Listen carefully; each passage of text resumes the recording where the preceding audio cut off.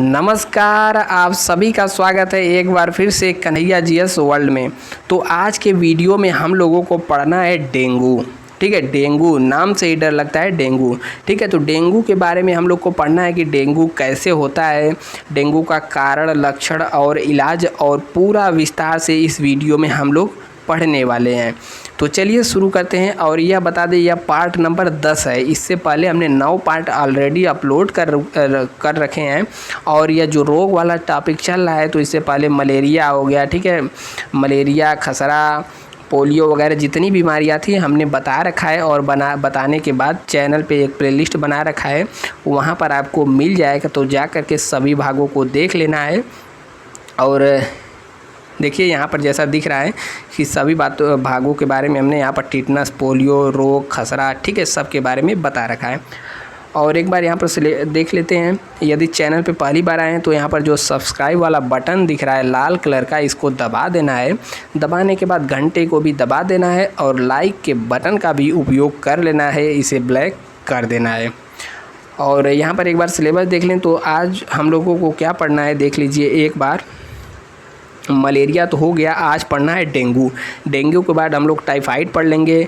Typhoid के बाद दस्त, कृमि और एनीमिया। और यहाँ पर एक बच जाता है हेपेटाइटिस, यानी कि 4-5 बीमारियाँ हैं। इसको भी 3-4 वीडियो में निपटा देंगे। तो चलिए, आज का हमारा टॉपिक है डेंगू। डेंगू कैसे होता है? तो यह मच्छर से होने वाला रोग है। मच्छर के अलावा मच्छर क्या करता है? तो मच्छर वायरस फैलाता है, यानी कि वायरस के कारण यह होने वाला रोग है। और इसको फैलाता कौन है? एक मादा मच्छर है, उसका नाम है एडीज इजिप्टी। ठीक है, यहाँ पर इजिप्टी लिख लेना। इस रोग के होने का कारण है मादा मच्छर, जिसका नाम है एडीज इजिप्टी। और इसे हड्डी तोड़ या फिर ब्रेक बोन बुखार भी कहते हैं, क्योंकि यदि यही एक बार हो गया तो होने के बाद शरीर में बहुत ज़्यादा दर्द की मतलब दर्द होता है, प्लेटलेट्स वगैरह सब चीज़ गिर जाते हैं। ठीक है, और इसमें व्यक्ति की यदि लापरवाही करे तो मृत्यु भी हो जाती है। तो बहुत ही खतरनाक बुखार है डेंगू। तो चलिए डिटेल से देखते हैं। यहाँ पर डेंगू बुखार एक आम संचारी वायरल, यानी कि वायरस के कारण होने वाला रोग है। यह मच्छर के काटने से फैलता है।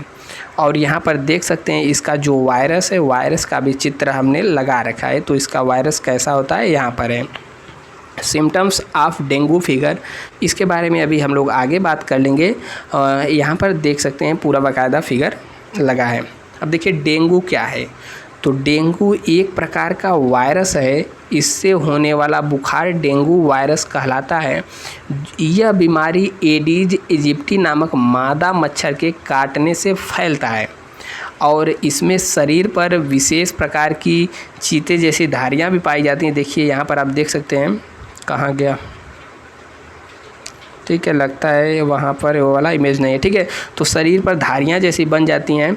और एडीज मच्छर के काटने के 3 से 5 दिन बाद डेंगू बुखार के लक्षण दिखने लगते हैं। तो लक्षण कितने दिनों में नज़र आने लगते हैं? 3 से 5 दिनों में ही लक्षण आने लगते हैं। एडीज मच्छर को पूरी तरीके से ख़त्म कर पाना संभव नहीं है। यह गर्म माहौल में भी जिंदा रह सकता है। इससे पहले हमने मलेरिया पढ़ा था। तो मलेरिया किस समय उत्पन्न होता है? तो ज़्यादातर नमी वाले मौसम में उपस्थित रहता है। यहाँ पर डेंगू क्या है, गर्म माहौल में भी जिंदा रह सकने में सक्षम है। और एडीज इजिप्टी जो है मच्छर है, इसके अंडे इतने बारीक होते हैं कि इन्हें आँखों से देख पाना भी संभव नहीं होता। देखिए जैसे यहाँ पर हमने बिंदी बनाया तो आँखों से दिख जा रहा है, लेकिन उसका अंडा भी इससे भी छोटा होता है। उसको स्कोप से, सूक्ष्मदर्शी से देखना पड़ता है। और एडीज मच्छर के काटने पर वायरस तेज़ी से मरीज के शरीर पे अपना असर दिखाने लगता है, जिसके कारण बहुत तेज़ बुखार, सिर में दर्द जैसे लक्षण दिखाई लगते हैं। ठीक है, और डेंगू होने पर मरीज के ब्लड में, यानी कि मरीज के खून में प्लेटलेट्स की संख्या में तेज़ी से कमी होने लगती है, जिसके कारण कई बार रोगी को जान का भी खतरा हो सकता है। अब यहाँ पर एक शब्द आया प्लेटलेट्स। तो प्लेटलेट्स क्या होता है इसके बारे में देखिए हम लोग जानते हैं। देखिए शरीर में होता है आरबीसी, यानी कि जो हमारा खून दिखता है लाल, इसे हम लोग कहते हैं आरबीसी। इसमें 3 भाग ब्लड में 3 भाग होते हैं, जैसे एक होता है आरबीसी, ठीक है, और एक होता है डब्ल्यूबीसी यानी कि रेड ब्लड कार्पुसेल्स, वाइट ब्लड कार्पुसेल्स, और एक होता है यहाँ पर प्लेटलेट्स, ठीक है। तो रक्त में कितने भाग होते हैं? 3 भाग होते हैं प्लेटलेट्स। जो प्लेटलेट्स होता है इसी की संख्या में बहुत ज़्यादा कमी हो जाती है। तो मतलब कितना रहना चाहिए? तो याद रख लीजिए, मानव शरीर में, एक स्वस्थ व्यक्ति के शरीर में 1.5 लाख से 4 लाख तक प्लेटलेट्स की संख्या होती है। तो यह भी प्रश्न पूछा जा सकता है कितनी होती है? तो 1.5 लाख से 4 लाख तक इसकी संख्या होनी चाहिए स्वस्थ मनुष्य के शरीर में। जब किसी कारणवश यह 50,000 से कम हो जाए तो चिंता की थोड़ी बहुत बात है, लेकिन इससे भी यदि कम हो जाए, जैसे 10-20 हज़ार तक इसकी संख्या हो जाए, तो एकदम इमरजेंसी की स्थिति आ जाती है। उस व्यक्ति को तुरंत एडमिट कराना पड़ सकता है, क्योंकि यह बहुत ही खतरनाक स्थिति रहती है। 10-20 हज़ार होने पर एडमिट कराना पड़ता है, ठीक है। तो 50,000 तक कम हो जाए तो ज़्यादा चिंता की बात नहीं है, लेकिन इतना नहीं होना चाहिए। प्लेटलेट्स क्या है? तो यह एक रक्त का भाग है जो खून का थक्का बनाने में सहायक है। कोई चोट लगने पर होने वाले रक्तस्राव को यह रोकती है। शरीर में इसकी पर्याप्त संख्या होनी चाहिए, क्योंकि बहुत कम होने पर जान का खतरा हो सकता है। तो प्लेटलेट्स क्या है, यहाँ पर देख सकते हैं, इसका फिगर भी हमने लगा दिया है। जब कोई भी एडिस इजिप्टी मच्छर इंसान को काटता है, ठीक है, मच्छर इंसान को काटता है, तो डेंगू वायरस रक्त में प्रवेश कर जाता है और प्लेटलेट्स के साथ जुड़ जाता है, जिसके कारण हमारे जो प्लेटलेट्स होती हैं छोटी छोटी, यह संक्रमित हो जाती हैं। और संक्रमित प्लेटलेट्स कोशिकाएं सामान्यतः प्लेटलेट्स को नष्ट कर देती हैं, जिसके कारण डेंगू बुखार में जो प्लेटलेट्स काउंट होता है, इसे कहा जाता है प्लेटलेट्स की संख्या गिरना शुरू हो जाता है। और जैसे जैसे गिरती हैं, मनुष्य के जो शरीर है, रोग से लड़ने की क्षमता, वायरस से लड़ने की क्षमता कम हो जाती है और हमें डेंगू हो जाता है, जो सामान्यतः प्लेटलेट्स को यह सोचकर नष्ट कर देती हैं या संक्रमित हैं, ठीक है। तो इसके बारे में आगे आप देखिए, आगे डेंगू यदि हो गया या तो इसके लक्षण क्या क्या हैं। तो सबसे पहली बात, इसमें बहुत तेज़ बुखार, यानी 102 से 105 डिग्री नहीं, यहाँ पर फ़ारेनहाइट आएगा, ठीक है, 102 से 105 फ़ारेनहाइट तक बुखार यहाँ पर रहता है। और वॉमिंग यानी कि उल्टी और जीभ मचलाने जैसी स्थिति हो सकती है। मांसपेशियों में बहुत ज़्यादा दर्द और हड्डियों में दर्द, जोड़ों में दर्द रहेगा। और आँखों के जो पिछला वाला हिस्सा है, ठीक है, आँखों का जो पिछला वाला हिस्सा है, इसमें दर्द होता है और दबाने पर स्थिति और भी बिगड़ सकती है, दर्द बढ़ सकता है और शरीर पर रेसेस जैसे लक्षण आ सकते हैं, ठीक है। उसके अलावा यह सब हमने बता दिया, यह सब हैं इसके लक्षण, डेंगू के लक्षण। अब देखिए वही चीज़ सेम यहाँ पर लिख दिया, यहाँ पर जो 102 से 105 है, यह क्या है? फ़ारेनहाइट है। और यहाँ पर इसको यदि हम डिग्री सेल्सियस में बदलेंगे तो लगभग 39.5 से 40 अंश सेल्सियस के लगभग आएगा। और 100 पे क्या होता है? 100 पे पानी उबलता है, तो यहाँ पर क्या है? 40 तक होगा, या फिर 104 फ़ारेनहाइट टेम्परेचर तक हो जाता है।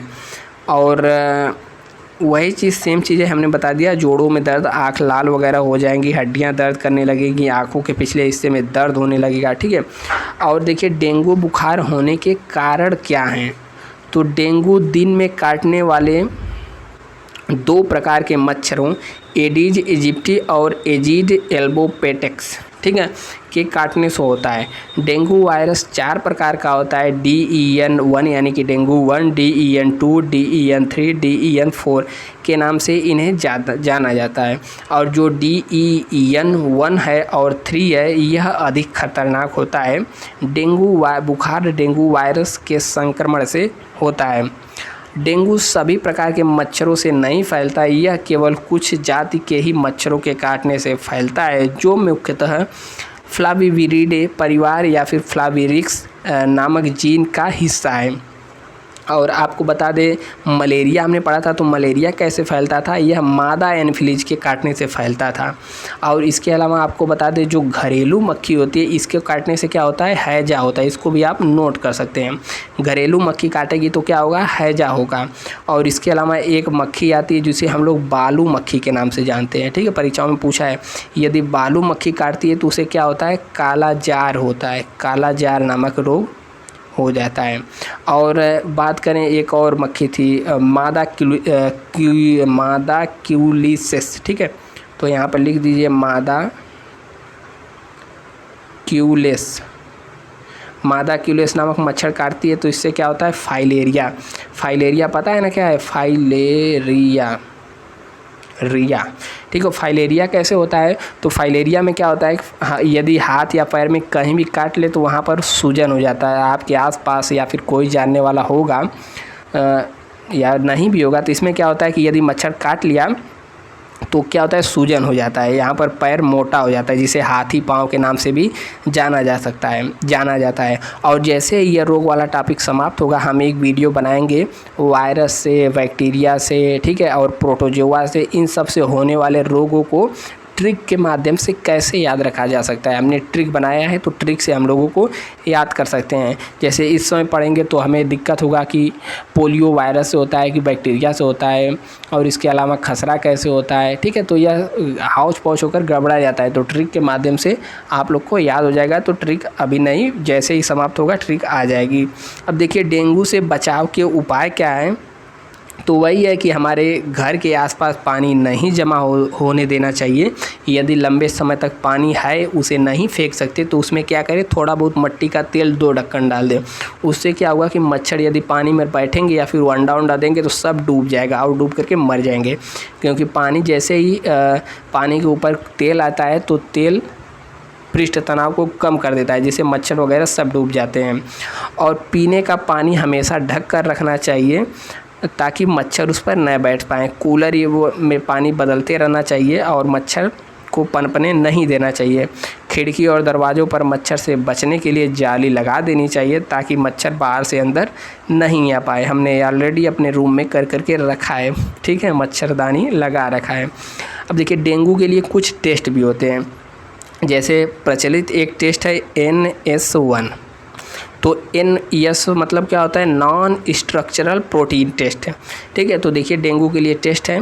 इसमें क्या होता है, अगर मरीज रोग के लक्षण के 5 दिन के भीतर चेक करवाते हैं तो शुरुआत में पता चल जाता है। तो शुरुआती चरण यानी 5 दिन के अंदर चेक करवाएंगे तो कौन सा, NS1 चरण से चेक किया जाता है। इसमें खून का सैंपल लिया जाता है और प्राथमिक संक्रमण में ज्वर संबंधी दौरान NS यानी कि प्राथमिक जब आपको हुआ है, लक्षण मालूम दे रहा है, डॉक्टर के पास जाएंगे तो वह कौन सा टेस्ट करेगा, NS1 टेस्ट। उसके बाद जैसे NS1 टेस्ट यहाँ पर देख सकते कुछ इस प्रकार का रहेगा। यहाँ पर आपको रक्त का ब्लड जो है यहाँ पर 1 बूंद डालेंगे और ब्लड डालने के बाद यदि रेड बन गया तो पॉजिटिव है और यहाँ पर निगेटिव है, ठीक है। यदि यहाँ पर क्या कह रहा है, चलिए इतना नहीं जानना है। यहाँ पर निगेटिव और पॉजिटिव यहाँ पर डालने पर इसमें रेखा धारियाँ बनी रहती हैं, यहाँ पर देखने पर पता हो जाता है, लिखा रहता है पॉजिटिव है या फिर निगेटिव है। तो NS1 प्रोटीन टेस्ट किससे संबंधित है, तो यह इसी से संबंधित है।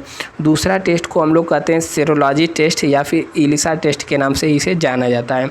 यह टेस्ट 2 प्रकार का होता है, एक होता है IgM और एक होता है IgG एंटीबॉडी टेस्ट।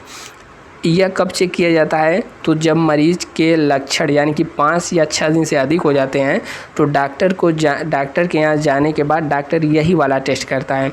इसमें ब्लड का सैंपल लिया जाता है और इस सैंपल को IgM एंटीबॉडी टेस्ट कराना चाहिए, ठीक है। यानी 5 दिन से, यदि 5 से 7 दिन के बाद टेस्ट कराना है तो यही सब टेस्ट यहाँ पर किया जाता है। तो याद रख लीजिए IgM और IgG। और यहाँ पर डेंगू वायरस के लिए मॉलिक्यूलर टेस्ट यानी कि RT-PCR यहाँ पर भी टेस्ट किया जाता है और यह भी 7 दिनों के बाद यहाँ पर टेस्ट किया जाता है। और बात करें तो एक टेस्ट का नाम याद आ रहा था, कौन सा टेस्ट था, विडाल टेस्ट तो उसमें होता है, टाइफाइड में होता है, ठीक है। विडाल टेस्ट की बात करें तो इसमें नहीं होता है, इसको भी नोट कर लीजिए। विडाल टेस्ट किस में होता है, टाइफाइड में होता है, ठीक है। तो यह जो डेंगू वाला चैप्टर था यह थोड़ा बड़ा था और डेंगू के यह सब टेस्ट भी याद रख लेना है।